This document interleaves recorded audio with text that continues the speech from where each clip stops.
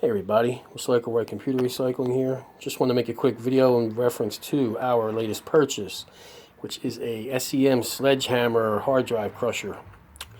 Our existing one was hard to repair because it was homemade. It was actually a custom built crusher and parts were obsolete. So we purchased this one.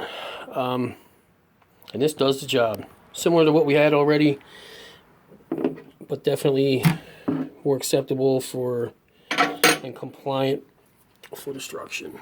Okay, so you put your drive in there. It's got a separate plate here for different drives, debris catcher.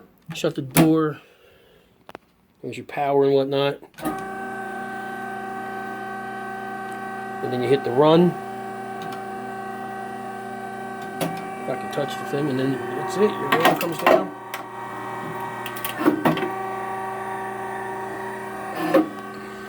And that's it. Does the job for us. We're actually going to do that again. Punch a different hole in there. Hold on, guys. Yeah.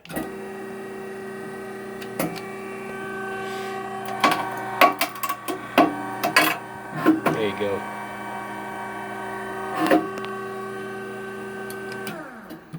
There you go.